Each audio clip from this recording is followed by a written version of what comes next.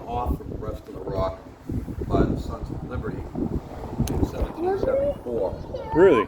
They were trying to move it because they wanted to use it to recruit soldiers up in Market Square. At the time, it had been buried in an earthen wharf. It was about 20 feet further out to sea. They dug it out. They got it right about here, and they broke. Oh, that's nice. They broke the upper third off the rest of the rock. But being the Sons of Liberty, you can call it spin if you want. What they say is, it's a sign. What keeps breaking off is Massachusetts breaking away from the British Empire. And so, that's a nice spider. And so the two pieces sort of end up going on different paths. Upper piece goes up to Market Square. It's nice. And that's used to recruit soldiers. The bottom piece, symbolizing the British Empire, they bury it right where it stopped. Oh, yeah? And it'll go on as a divided symbol for some time. But eventually another generation, coming home from a very different conflict, will see this by that national symbol, but a divided national symbol, as something that didn't speak to them. It was in, these are returning veterans of the Civil War. And I think you can easily imagine a divided national symbol wasn't something they really liked. So they're going to raise money, and in 1867, the top of the rock will be reunited with the bottom piece of the rock, and a small monument will be put over it.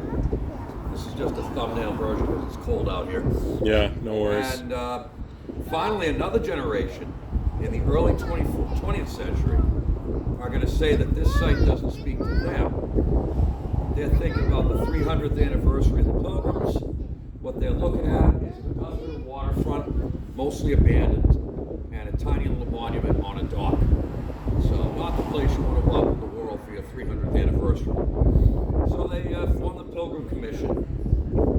They'll buy the land on the waterfront, knock down all the old buildings, create these quarry extensions to provide space for what will become Pilgrim Memorial Park.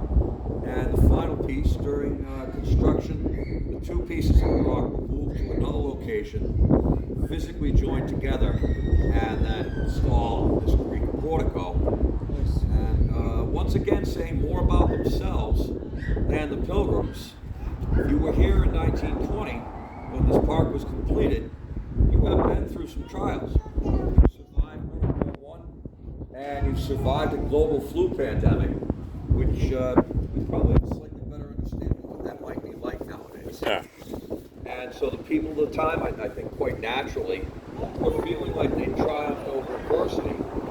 And as an architectural theme, Doric columns, ever since the ancient Greeks, Yeah. it's symbolic of that.